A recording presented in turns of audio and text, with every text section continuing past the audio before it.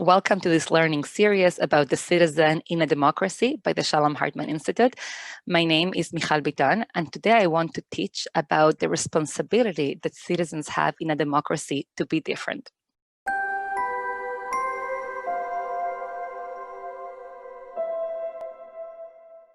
Let me start by actually laying out what do I mean by this responsibility to be different. And I want to draw here from the work of a not very well-known Polish-born Jewish American philosopher, Simon Rabidowitz. And he wrote an article in 1945 called Em Kol Cherut, which means in Hebrew, the mother of all freedoms. And he was working off here from a speech that Roosevelt had given in 1941, in which in the right as World War II was happening, he gave a speech outlining what are the four freedoms that every single individual in society in the world deserves and has a right to. And Roosevelt spoke about freedom of speech, freedom of religion, freedom from want, and freedom from fear. And Rabidowitz looked at these four freedoms and said, I want to add a fifth one. There is a fifth freedom that is incredibly important and that is not present here right now. And he wrote this article claiming that the fifth freedom is the freedom to be different. And by saying so, he was arguing that individuals have the right to be different and that groups need to have the right to be different as well. And in this article, he made the claim really by talking about the Jewish people. And he explains how for him, the Jewish people actually embody difference. There's something about the Jewish historical experience in which Jews in general come to represent what it means to be a nonconformist group of people who refuse to assimilate and who are different from others. Let me read to you a couple of quotes from this really fabulous article, which was published in 1975 in English after he passed away. And one of the things he says is the following. He says, the Jewish people is the outstanding different in the world, the greatest nonconformist history has ever known. There's something there that he's saying in every society, no matter where, there was something about Jews that made them different. We embody difference. And then he says the following. He talks a little bit about how it might be good for Jews to talk about themselves to figure out why are they different and for what, right? But then he claims that we don't actually need to justify the reason that we're different. There is this human right to be different, and that is enough. He wrote, we owe no explanation, no reason, no apology, no justification for our particular way to the outside world. This world is not entitled to use our being different as an excuse for discrimination, to rob us of elementary rights as human beings or as group wherever we may be. Also, remember, this was written in 1945. This, he adds, is not a privilege unique to the Jews. No group should suffer for its being different. As far as the world is concerned, we shall never and should never offer any accounting of our way. So he actually makes this incredible case in here in which he argues really two things. One, that Jews embody difference, and two, that this is actually a freedom the humans deserve. The humans all over the world deserve the right, the freedom to be different and not to even have to justify why they are different, why they are culturally different, why they have a different value system, why they have a different sort of practice. Now, this text might feel like a really interesting text to bring up when talking about a citizen in a democracy. So why am I bringing it up right now? And why do I think that this matters so much, especially right now in 2020 for Jewish Americans? Why do I want to focus? Rabidowitz spoke about the freedom to be different, and I'm actually using it to talk about the civic responsibility to be different. Why do I care so much about the civic responsibility to be different? What does it mean? And why does it matter right now? So let me explain to you first what I mean when I think about the civic responsibility to be different. I'm thinking mainly about what it means to embody, to treasure, to embrace, and to defend a spirit of nonconformism, about what it means to resist social trends that demand that everybody thinks a certain way, or that everybody agrees with a certain position, or that everybody has to identify with a certain sort of tribalism in a society. So I'm thinking right now, when I talk about the responsibility to be different, I'm talking about it in terms of nonconformism, in terms of counterculturalism, in terms of what it means to stand up and say, we have to treasure the ability to ask questions, to come up with nuanced and complex positions. So this civic responsibility to be different, I actually believe, is extremely, extremely important right now for all Americans, and especially for the Jewish American community. Let me explain why I think this is so important. So I don't think it's a chidush, I don't think it's a new thing to explain that right now, America and arguably different parts of the world has really been transformed and shaped by the rise of political partisanship and polarization. We see this all over. The polls are showing that not only are we clustered away from each other, so many of us might only have friends in one political party or social media feeds of only one political party, but we increasingly see people who disagree with us, say, on policies, not necessarily on values, but on policies, and we might see them and say, oh, these people are a threat to the nation, they're a threat to the national well-being. We have this rising winds of political polarization. And the way that I'm seeing it in particular manifest in the American Jewish community is the following. There's been a lot of examples of different populations, people and groups in the American Jewish community who begin to express something of the following. And I'm gonna say it not in the most elegant way, but to make a point. It's a certain expression that basically says, my Judaism and my American partisan identity are one and the same. They're closely intertwined. My Jewish values, my Jewish identity, my Jewish practice, who I am as a Jew, and who I am as a partisan American in terms of agreeing with a certain of partisan policies and ideas and values, those are closely intertwined or one and the same. It will be somebody who says my religious identity and the political platform X align perfectly with each other. And not only that, but then if you disagree with me, I look at you and I say, oh, not only are you a bad American, but you're a bad Jew, because this is what it means to be Jewish. This is what it means to be Jewish. So we have a moment right now in America in general in which we have tremendous and rising political partisanship and political polarization and political enmity from one person to the other. And in the American Jewish community, this is compounded by us actually taking our Jewish identities, our Jewish values, our Jewish discourse, and identifying with partisan identities, identifying those with partisan identities, and those then compounding each other and leading to actually reinforcing the sort of polarization that we see in our society in a special Jewish way that arguably makes that even stronger. Now, the question is, why is that a bad thing, right? Why would we say in general that political polarization is a bad thing, and that political polarization in its American Jewish expression is a bad thing?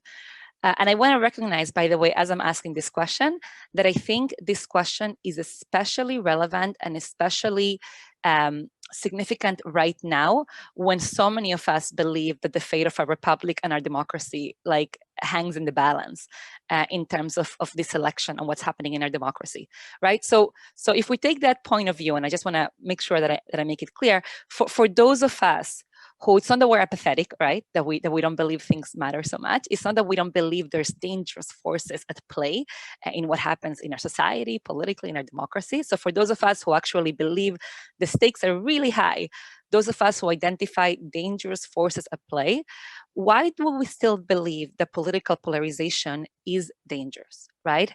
Wouldn't we want it if our team is winning? right? That's one way of actually expressing the question, why would political polarization be problematic? And there's been so much written about this, so I'm not going to repeat the many reasons why political polarization in general is not healthy for democracy or for a society. But I do want to focus on a couple of Jewish reasons and moral reasons that pertain to our community as to why this political polarization is actually problematic, and we need to confront it head on and think about how to respond to it.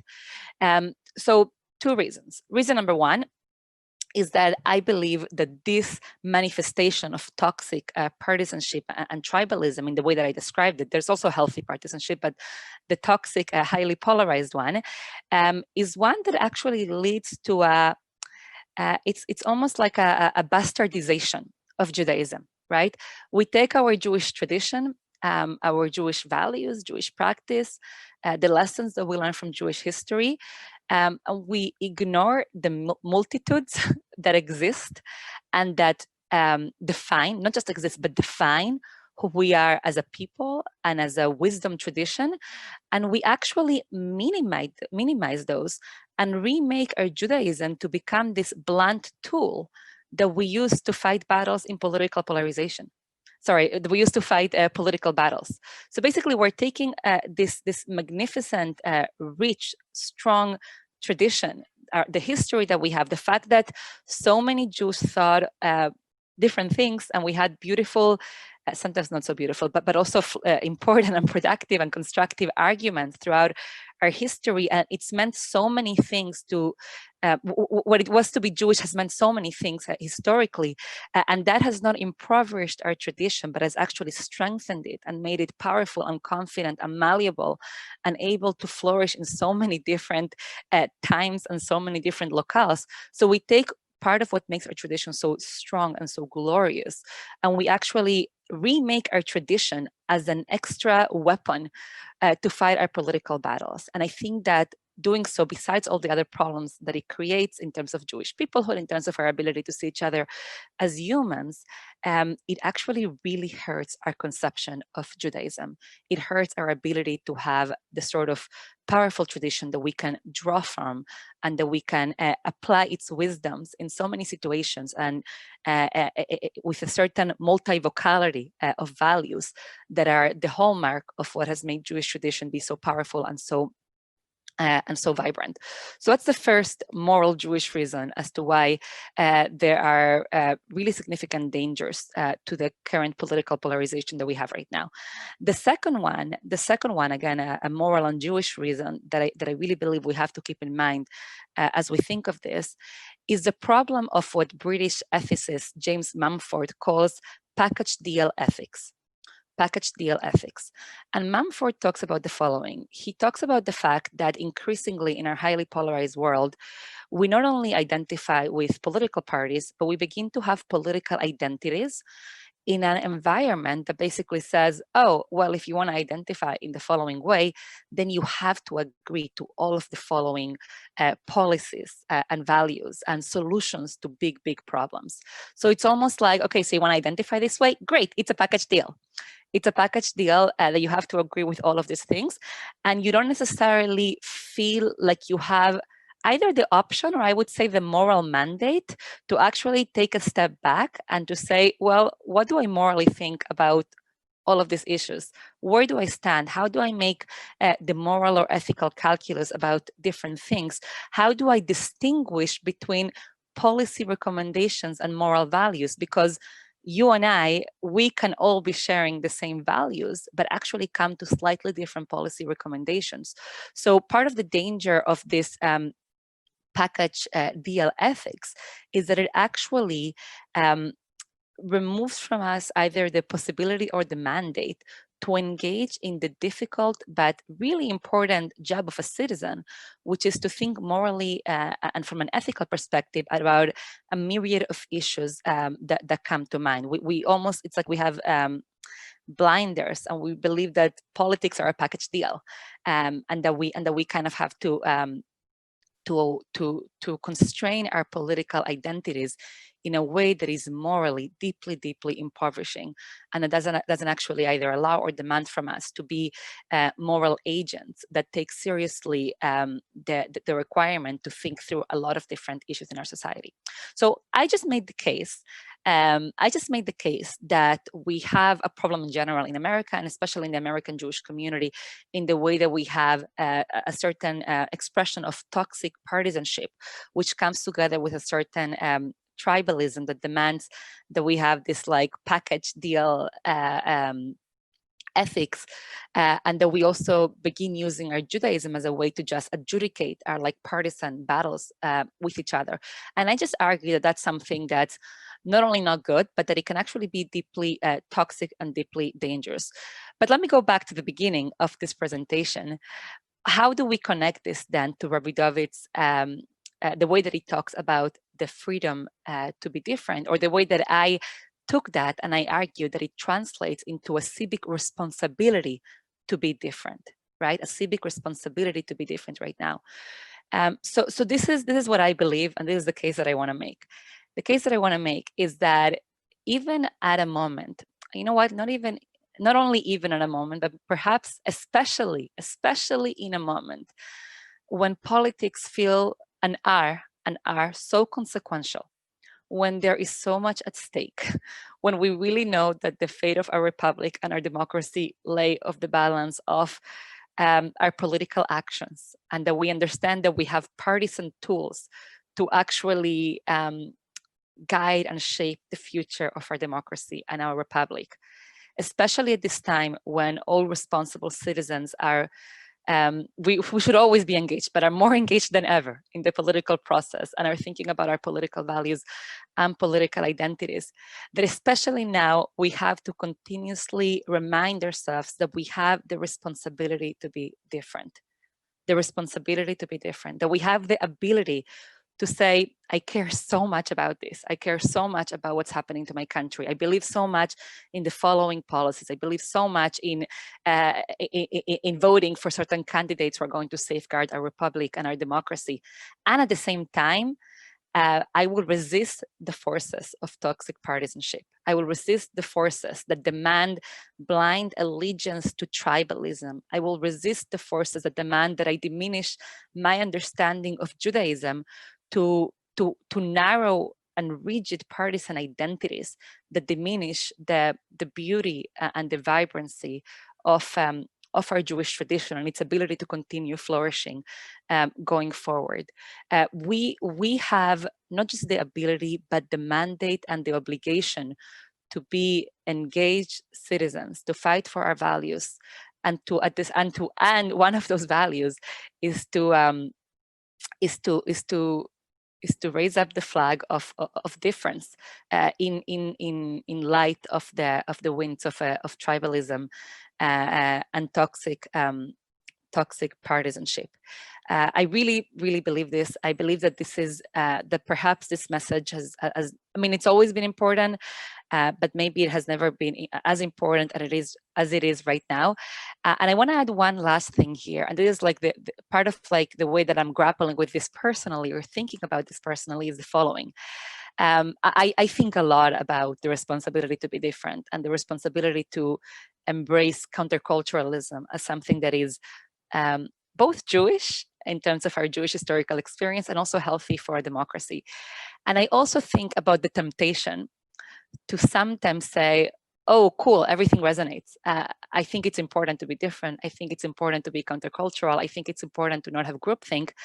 But then we detect the dangers of tribalism or groupthink or partisan orthodoxies in the other side of the partisan aisle, right?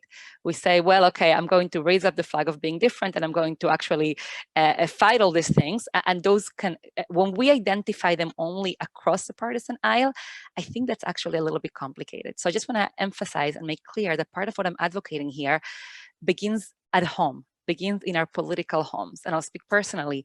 I think a lot about my political homes, my political values, and about the fact that part of what's going to make my political party healthier, more vibrant, more effective, more in line with my values and my Jewish values, my American values, is to insist that my political party and the people who are quote unquote in my team in like a healthy, non-toxic partisanship way, that we continue embracing and making the case for difference at home in our political homes, and that we resist the impulse to only advocate for this when it comes to people and to issues across the aisle, because the only way to really raise up the freedom of difference and the civic responsibility to difference is to make sure that that it exists everywhere, and that we raise up the banner for it in the places where we have the most things at stake and the most influence. So friends, again, we are in a tremendously important and consequential election season, and all of us are thinking right now, what can we do? What is everything that we can do right now to safeguard the future, the health, the vibrancy of our democracy and our republic? And I hope that we have the courage to draw from our tradition, to be inspired by thinkers like Ravidovits, to remember that even together with all of the work that we're doing, we have to continue insisting on the responsibility to be different, and in that way ensure that that this country and this democracy and this republic will continue to be a flourishing and healthy and vibrant place for all of us. Thank you very much.